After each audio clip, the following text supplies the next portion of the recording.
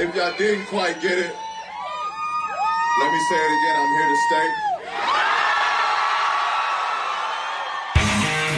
3, 2, 1.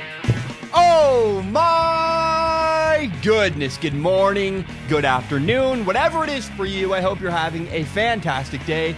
My name is Zach Schomler. This is Strong Opinion Sports. Thank you so very much for tuning in. Today is Monday, July 2nd.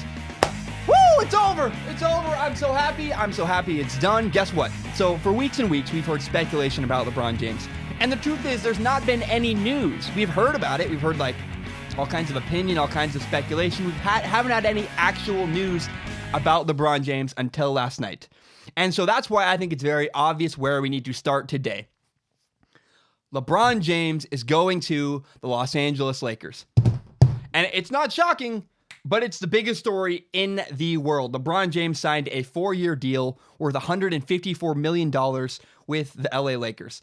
And you know what's crazy? I said a couple days ago, this would be the biggest story in the world. It would be LeBron James at the Lakers is not just a sports story. It's a global story. It's a story people in China care about. And it's funny. I was right. I'm seeing people I didn't even know cared about sports posting about this story. My friend's mom, my aunt, my cousin. I'm like, I didn't even know you knew who LeBron James was, let alone you're excited he's going to the Lakers? What? But everybody's excited. I don't know anybody who's upset about LeBron joining the Lakers, unless you're a Philadelphia 76ers fan.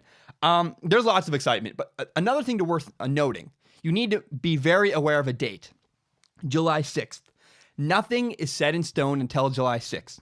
And there are all these, free agent stars committing to teams. The truth is, nothing is set in stone. Everything free agents are doing is just verbal until July 6th, when they can actually sign on a piece of paper. Because you cannot sign NBA contracts until July 6th. And here's what I think is most interesting about LeBron James going to the Los Angeles Lakers. Everybody's going to talk about LeBron today. I actually don't really care about LeBron James. I'm excited. I figured he was going to go to LA. You did, I did. We all kind of thought he's probably going to LA. Here's what's interesting about LeBron James going to the Lakers, though. It's the fact that Paul George did not decide to come with him. And Paul George decided not to go to the Lakers. And before you say, oh, but Zach, you don't realize Paul George made his decision before LeBron James made his. I don't believe that for a second. I just don't buy it. I'm sure they were talking. I'm sure there was some dialogue between them.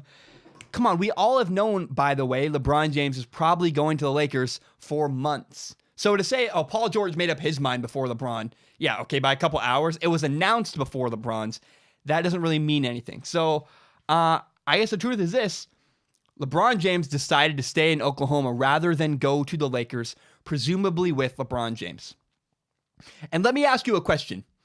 Is it easier to stay or is it easier to go? I know a lot of people, they have gone to school far, far away to chase their dreams. They want to be a journalism student. They travel 8 hours to go to school rather than take classes at the local college. Or a better example is one of my best friends is joining the Air Force. He's worked at a movie theater for years, the same one I worked at. He's a manager. He has a ton of perks. He's got a fairly solid life. But one of my best friends wants to reach for more. He's joining the Air Force. They're going to pay for his med school. He's going far away, and he's chasing more. He's taking a step towards a better life.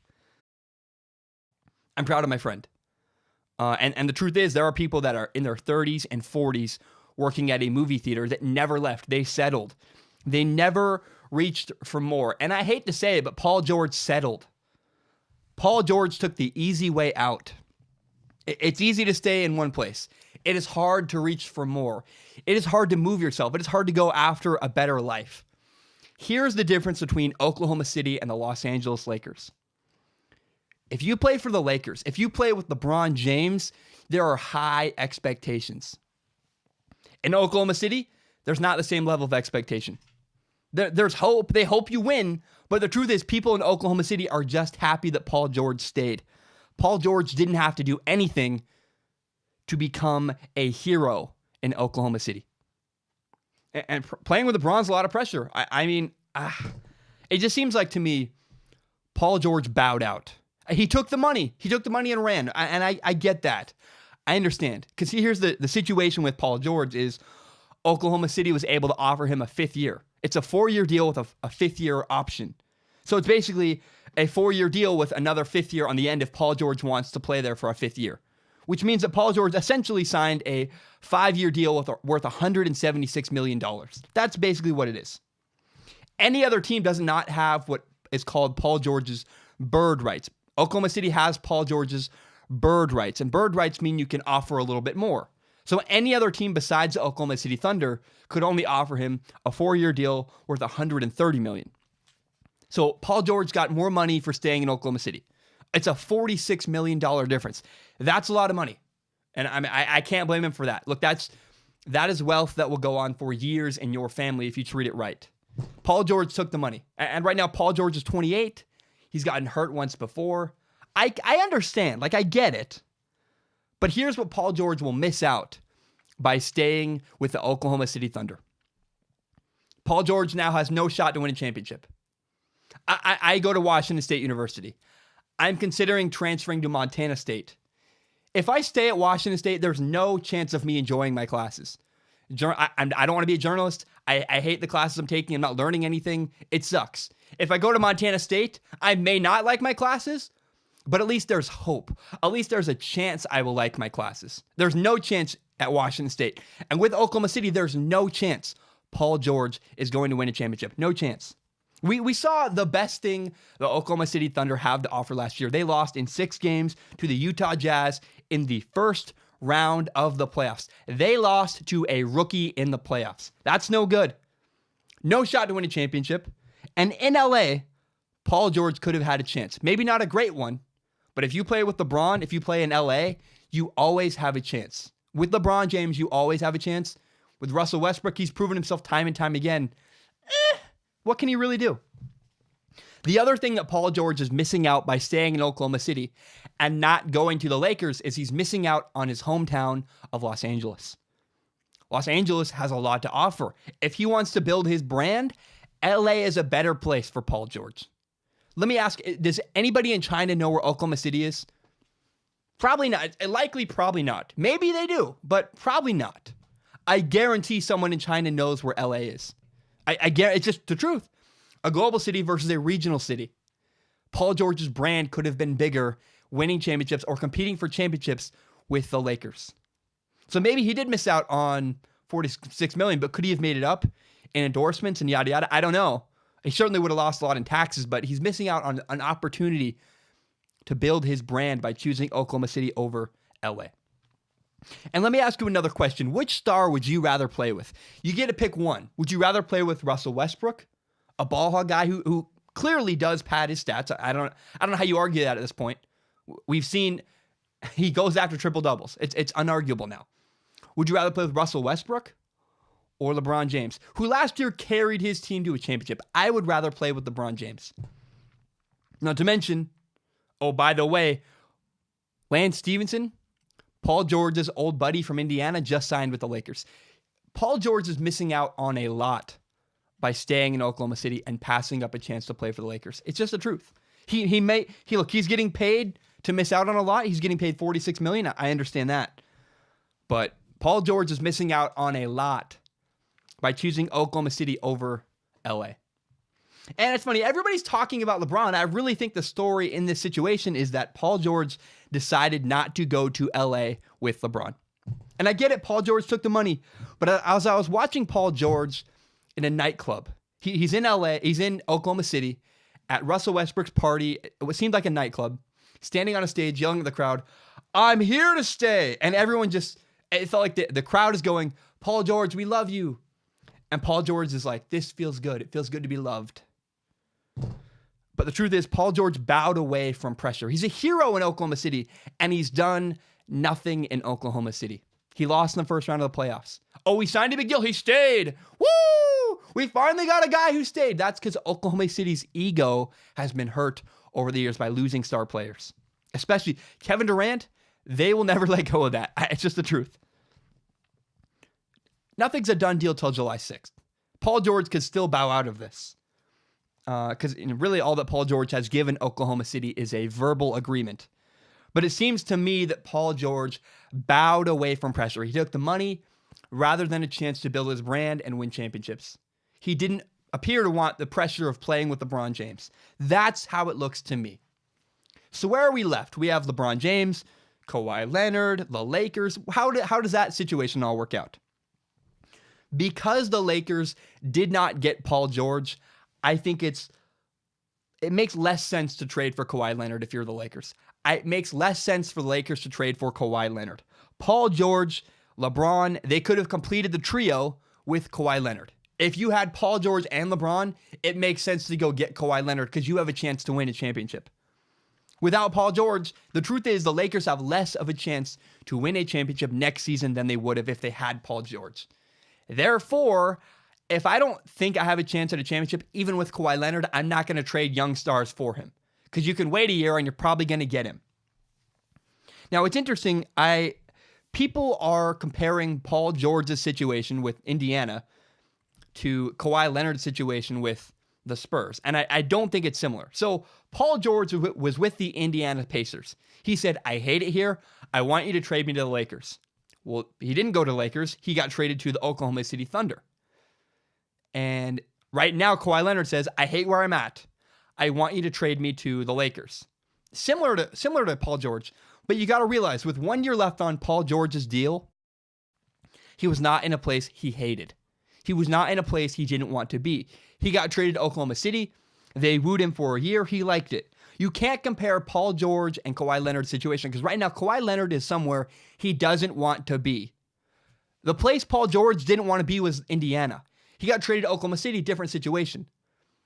Kawhi Leonard is currently in the Spurs, with the Spurs in San Antonio. He doesn't want to be there. It's likely he goes to LA when his year is up, and it's unlikely that Popovich trades him away. I just don't see a situation where Greg Popovich trades him away. The only situation I could see is that maybe Kawhi Leonard gets traded at the trade deadline to the Philadelphia 76ers. If they're close or pushing for a championship, they might say, you know what, screw it. We got to put all our chips on the table. We'll make a run this year. We might lose him, but it's worth it if we can win a championship.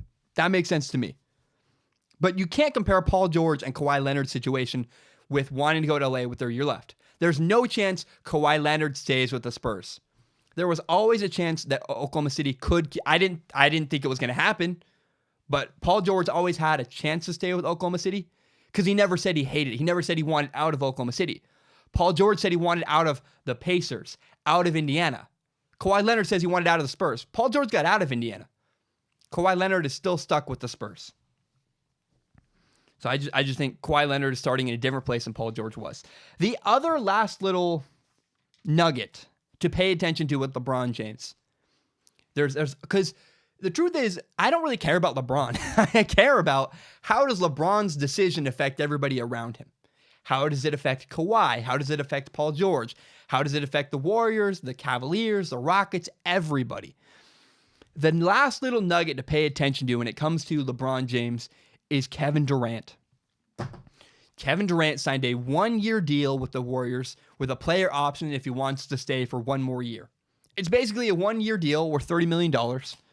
But if Kevin Durant wants to stay one more year with the Golden State Warriors, he can. I want to ask you a what-if question. What if Kevin Durant wins another championship with the Golden State Warriors? It's probably going to happen. It's very likely the Warriors will win another championship with Kevin Durant. But what if he wins a championship with the Warriors, then he opts out of his contract with the Warriors and goes to the Lakers?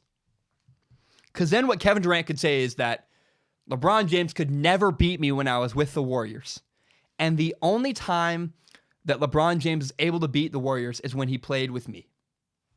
And that's not true, I guess. But the truth is, if it's a power move for Kevin Durant, if LeBron couldn't win a championship and then he did with Kevin Durant, what does that say about Kevin Durant? Does that help in the valuable category with Kevin Durant? Does that help Kevin Durant's stock all time? It'd be interesting to me. I think that makes sense to me. Another little tidbit with Kevin Durant's deal that makes sense. Kevin Durant basically signed a 1-year deal, again with an option for another year, is Klay Thompson will be a free agent next offseason. And if Klay Thompson leaves San Francisco, the Bay Area, so could Kevin Durant. It's also worth noting, another thing to pay attention to, Klay Thompson's father played for the Lakers. So LeBron went to the Lakers, and awesome. But the truth is, to me, all that matters is how does LeBron James' decision affect everybody around him? I don't know. I think that's interesting to me. LeBron James is the sun, and everybody in the NBA revolves around him. Regardless of whether he's winning championships, it's the truth. I mean, Philadelphia is sad. The Rockets are concerned. The Warriors don't care, but only for one more year. Cleveland, I hope, just appreciates his service. And both LeBron fans and Lakers fans are coming together with excitement. They're happy. So once again, I say LeBron James is the sun, and everybody in the NBA revolves around LeBron. All right. Man, we have good stuff ahead. I'm excited. It's not a busy time of the year, and I don't want to force it. I got a comment saying, hey, don't force your show, and I really agree with that. If there's nothing to talk about, if I have nothing to say, why would I make a show? There's no reason for me to make a podcast. So what we do have today, we're going to talk about Jameis Winston. I've been teasing this for a while. I've been really building up to this because I didn't want to be irresponsible. I wanted to be very responsible with the Jameis Winston story. We're going to talk about Jameis Winston in depth. I'm going to talk about Jimmy Garoppolo a little bit. We're going to talk about Johnny Manziel. We're going to talk about the 2019 college quarterback class because it's very concerning, and there's a couple reasons why. We're going to talk about the Seattle Mariners, and I just think it's going to be a good show. Also, I want to say congratulations to Baker Mayfield. People think I hate Baker Mayfield. I don't. I do not hate Baker Mayfield. I think he's got some trouble with decision-making at times. But Baker Mayfield got engaged to his girlfriend this last weekend. Congratulations. That's awesome. I'm happy for him. And I'm just glad this LeBron James nonsense is over. I'm so sick of what I was tired of is speculation. There's a new story about LeBron James. Not really. There's one little hint of some guy thinks he has something in San Antonio. There's nothing. And until LeBron James made his decision, there was no news about LeBron James. And the speculation was killing me. I hated it. So remember, you can subscribe to Strong Opinion Sports on iTunes, on SoundCloud, on YouTube, everywhere else you find podcasts. You can find the full entire hour-long podcast on YouTube. You can also find my best, most interesting clips on YouTube. Tell your friends about this podcast. I love this show. It's my favorite thing in the world. I'm going to tell you guys a little secret. I watched a movie the other day called Leave No Trace. It's about people who are homeless, living in the woods in Oregon. And when my brother died, I was one of those people. I thought about doing something like that. I thought, what if I take a backpack and I just go? I just leave. And the thing that stops me from doing that, I struggle with depression. It's a thing I do. And I really miss my younger brother when he died. And so I still do to this day every night. And I don't know, man. The thing that keeps me grounded, the thing that keeps me here and from going kind of crazy is this podcast. Whether you're watching or not, it gives me a therapeutic feeling to talk out what I think about sports, to share what I have. And it's really my dream. I want to be a radio host. And if you like that dream, if you support that dream, if you like this podcast as much as I do, please help me grow by telling your friends. Share this podcast, this with SH. Please tell your friends about this podcast. Share it with your friends. Tell your friends about it. Share it on Facebook, Twitter, Instagram, whatever it is. Help me follow my dream by telling your friends about this podcast. Okay. Water first. Always water. That was a fast 20 minutes. Oh my goodness. I want to talk about Jameis Winston. So it's really easy for me to talk about things that happen on the field or on the court. Like if a guy misses a shot at the end of a game, easy to talk about. Or if a guy drops a bunch of passes, very easy to talk about. Even Baker Mayfield playing video games, easy to criticize. But when it comes to a situation like Jameis Winston, I try to be more measured. I try to be very careful with my words. Careful, calculated even is probably a good word. Jameis Winston has been suspended for 3 games. And it's serious. It's a problem. And I think I should start this topic by saying this. I don't believe in Jameis Winston anymore. I don't trust Jameis Winston. I would not want Jameis Winston to be my quarterback. Here's why. And first, I guess I should set the tone, actually. Before I tell you why Jameis Winston got suspended, let me just say quarterbacks are held to a higher standard in the NFL. They're held to a higher standard than any position in sports. Quarterbacks are different. And regardless of the reason, your quarterback should never, ever be in trouble for conduct off the field. That's not what I want from my quarterback. Here's what happened with Jameis Winston. In Scottsdale, Arizona, in March 2016, right around my birthday, a female Uber driver accused Jameis Winston of groping her. And the NFL has now come down. They have, because of this and because of what happened in the situation, the NFL has suspended Jameis Winston for 3 games. And the language that the NFL used is very striking to me. It's very clear, because usually what you do is you hear things like, Jameis Winston allegedly did this, or Jameis Winston, it's been reported that he did this. That is not the way the NFL spoke. The NFL is very clear about what happened. Let me read you word for word. The NFL said this. The NFL concluded that Winston violated the personal conduct policy by touching the Uber driver in an inappropriate and sexual manner without her consent, and that disciplinary action was necessary and appropriate.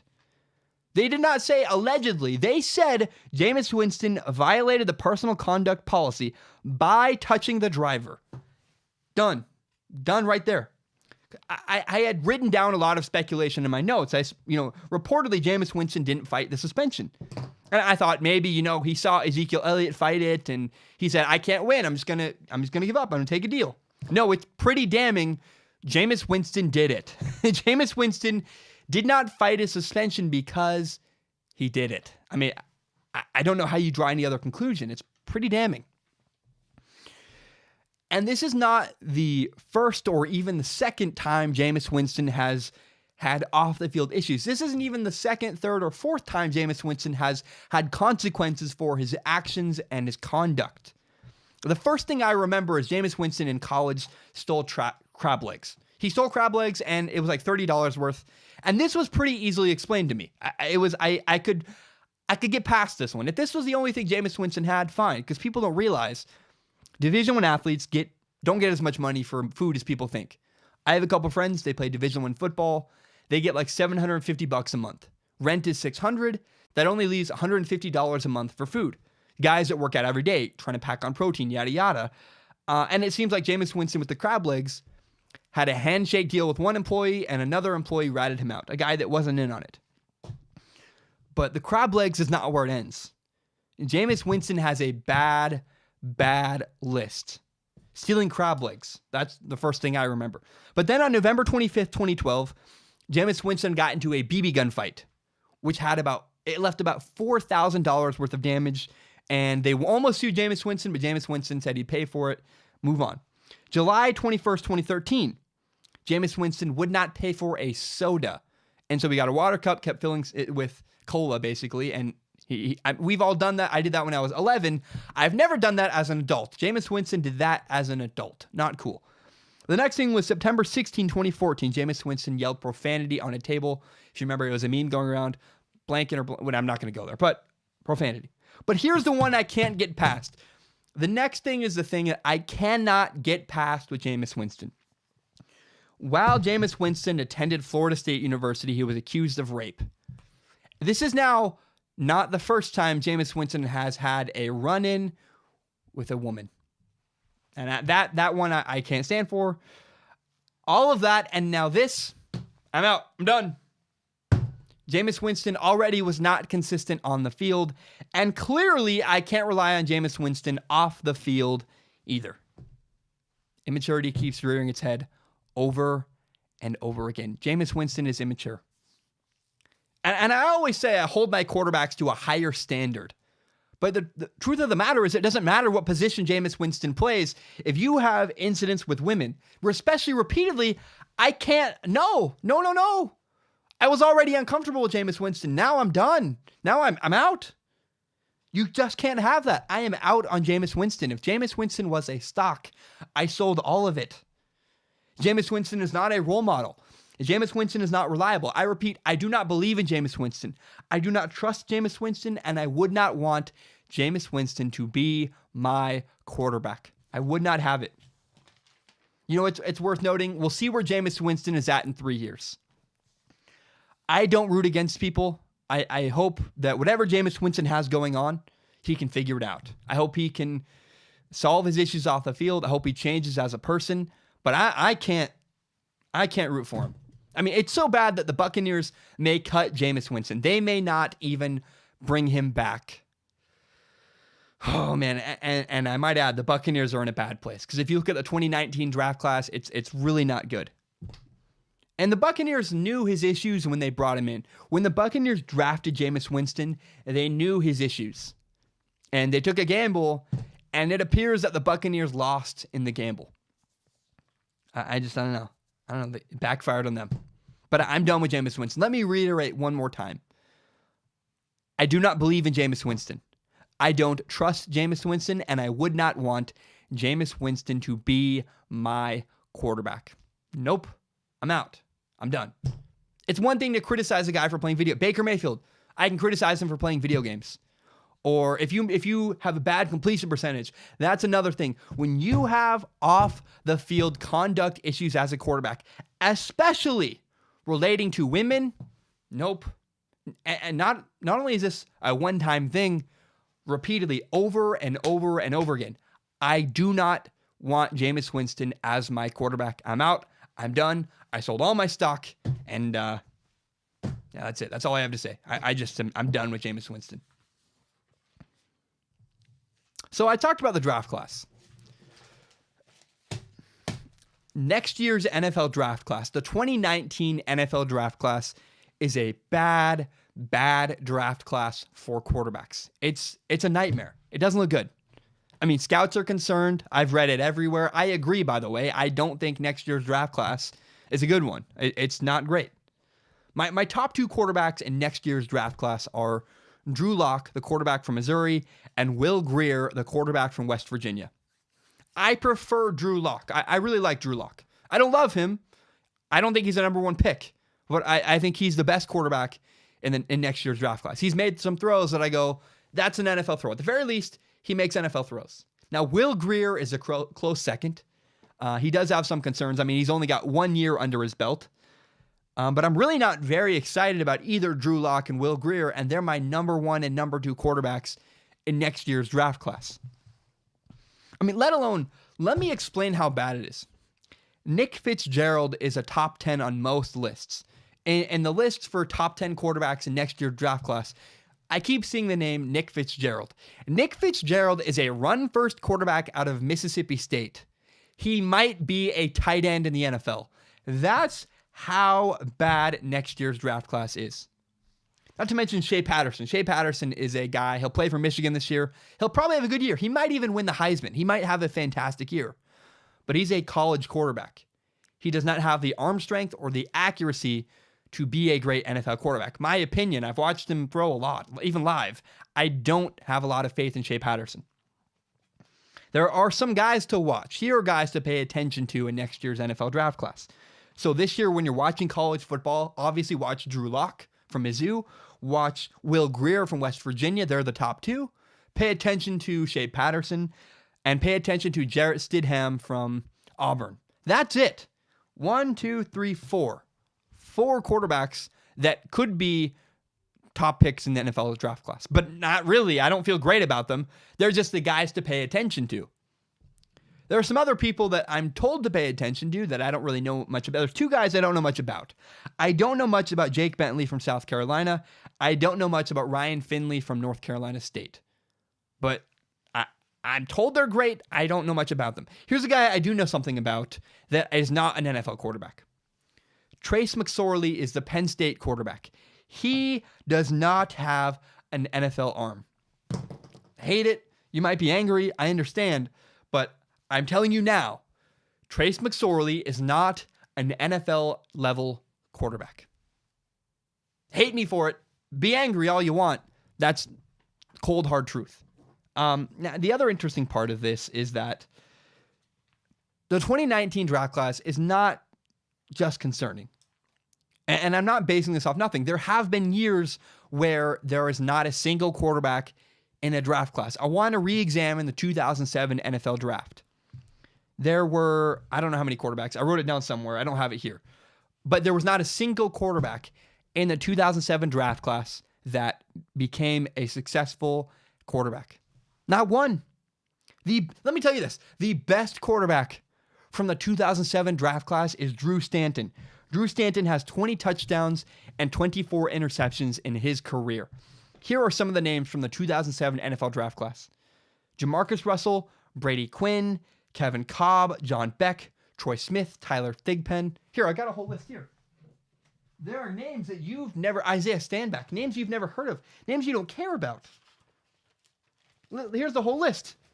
Trent Edwards, he had a year or two that was good. John Beck, Jeff Rowe, Troy Smith. Young kids probably don't even know who Troy Smith is. Or Jordan Palmer, Tyler Thigpen, Kevin Kolb. None of those guys were any good. Those are all the quarterbacks that were drafted in that draft class. Jamarcus Russell is the number one pick. It's not good. Maybe actually the quarterback that's had the most impact from the 2007 draft class is Jordan Palmer, because he trains all of the young quarterbacks. Now he's become a quarterback coach. But 2007 did not have a single franchise quarterback.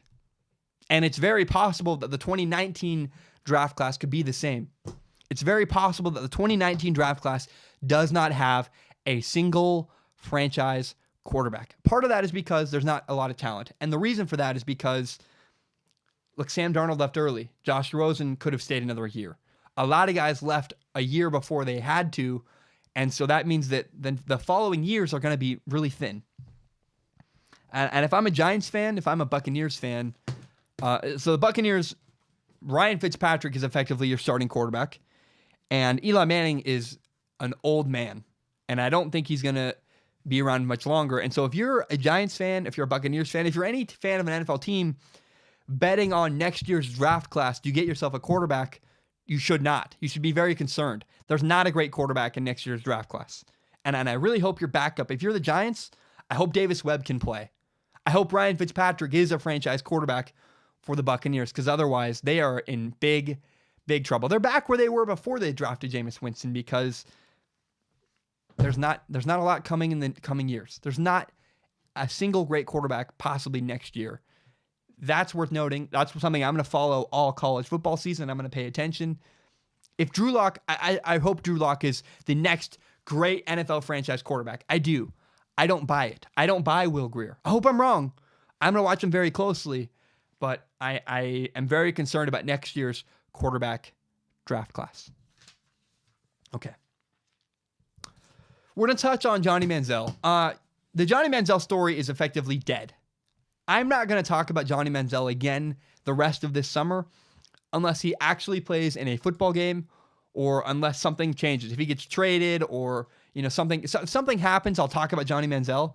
But 3 games into the Canadian Football League regular season, Johnny Manziel still has not played a single down. He still hasn't played any quarterback in the regular season.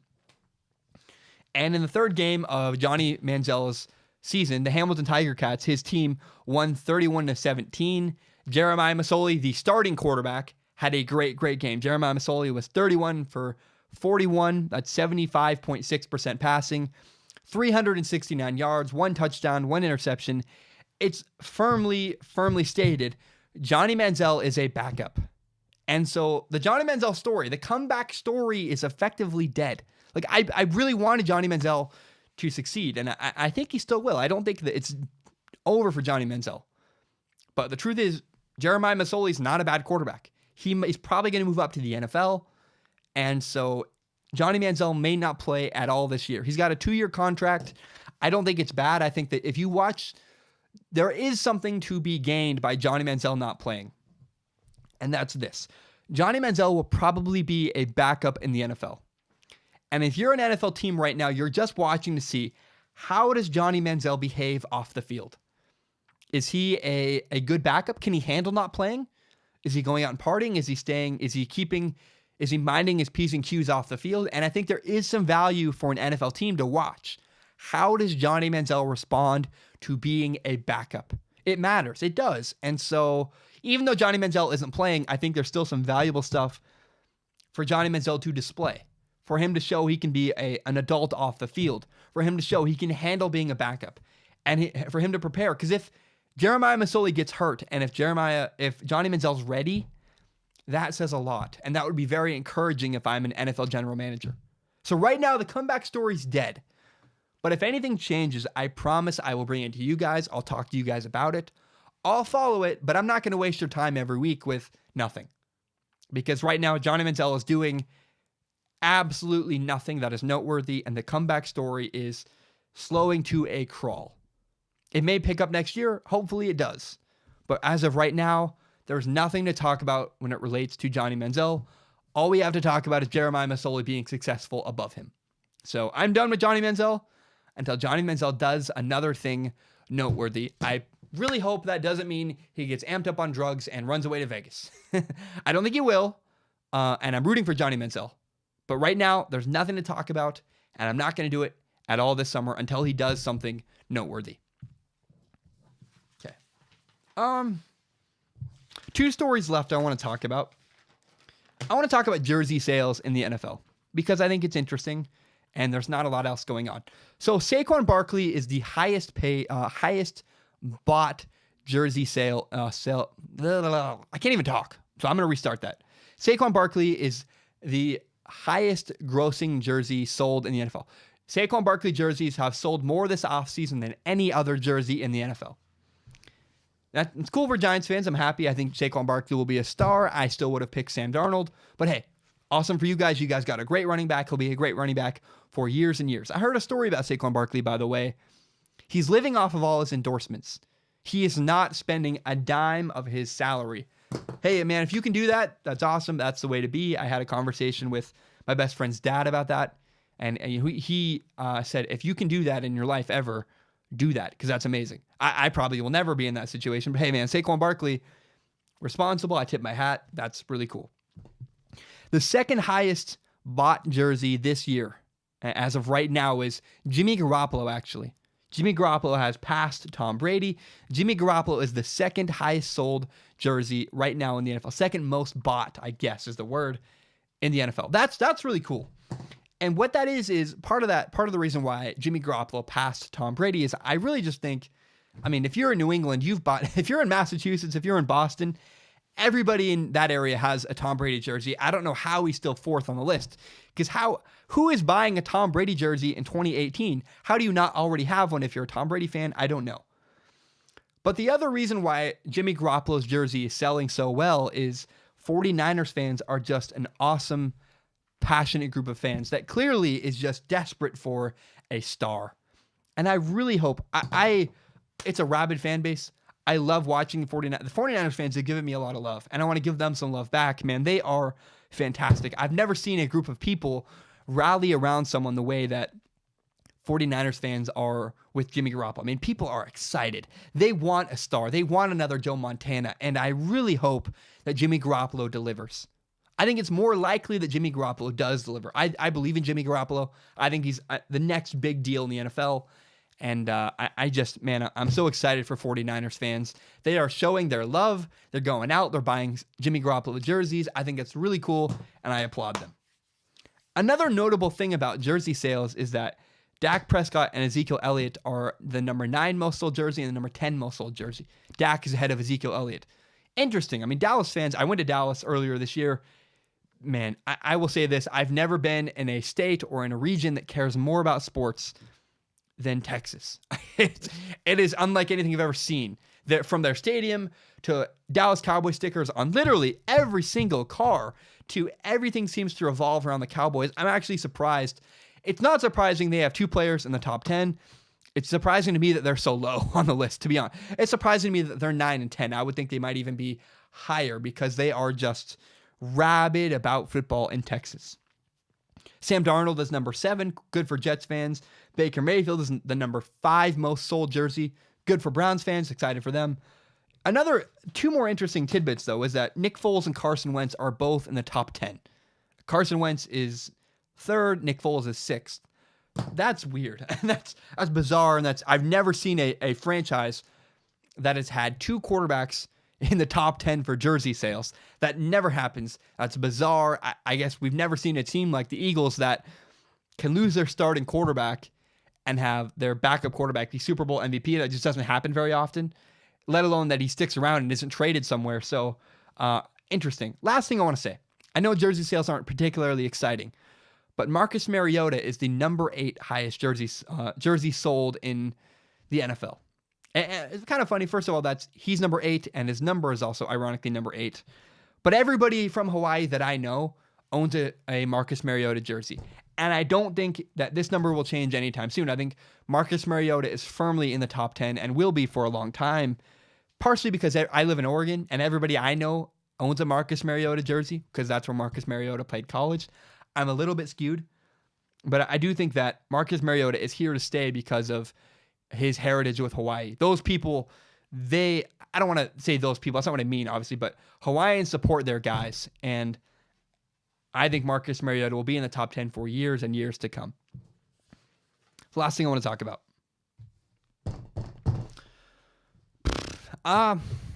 Seattle Mariners. Drink some water first, man. I'm discouraged about the Mariners, which is a weird thing to say given they're winning, but we'll talk about it in a minute.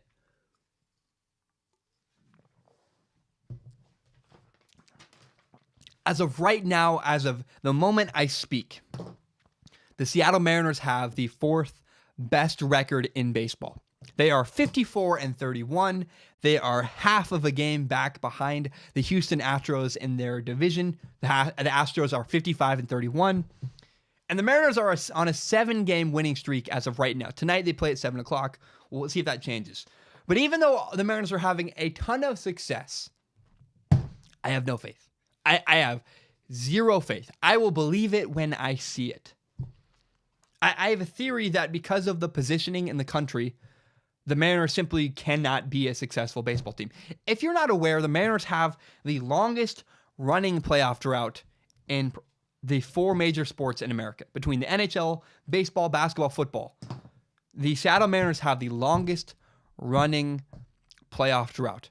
I've been alive for 21 years. I've never been alive at the same time the Mariners were in the playoffs. They have never been in the playoffs while I have been living on this planet. And here's a big reason. I think the Mariners fly more than any other team in baseball. They travel more than any other team in baseball. Here's some stuff for you. First off, the Mariners are the most isolated team in baseball. It is 677 miles from Safeco Field in Seattle till you get to the next stadium in baseball, next closest stadium in baseball. That is more isolated than any other baseball stadium in America. It's also interesting that in 2017, for example, the Mariners flew the 3rd most miles in the entire major leagues. They flew 45,129 miles. That was 3rd to only the Oakland A's and the Angels. And it's worth noting, so teams in the middle of the country fly about, on average, around 25,000 miles a year. And East Coast teams, because of the close proximity in the East Coast, fly about in the low 30,000s. West Coast teams fly the most. And again, remember, Seattle is the most remote place in Major League Baseball. And I just think the travel wears them down.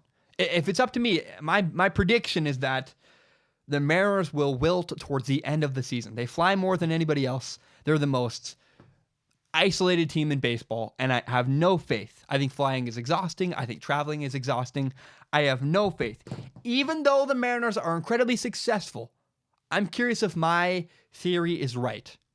Can the Mariners ever win? Because I think they simply travel too much. We'll see. Time will tell.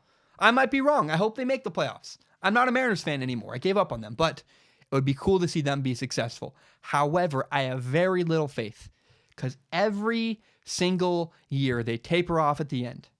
And I think it might happen again this year. A story to watch, a story to be interested in. I'm interested in, will the Mariners wilt at the end of the season because they travel too much? Or will they keep it up and make the playoffs? Time will tell. They have the 4th best record in baseball. The odds are against me. I'm probably more than likely wrong. But we shall see. Currently, I have no faith in the Mariners. All right. That's my show. Thank you so much. I really appreciate you guys. A shorter show today. Let's be honest. I only talk about things that matter. There's not a lot of things that matter right now in sports. I will be back. I'll do another show later this week, probably on Thursday. Thank you so much.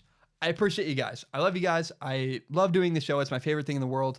And I will talk to you guys on probably Thursday. Thank you so much. Remember, you can subscribe to Strong Opinion Sports on iTunes, on SoundCloud, and on YouTube. You can find the full entire hour-long podcast on YouTube, as well as my best most interesting clips. Tell your friends about this podcast. Share it with your friends on Facebook, on Twitter, on Instagram, whatever it is.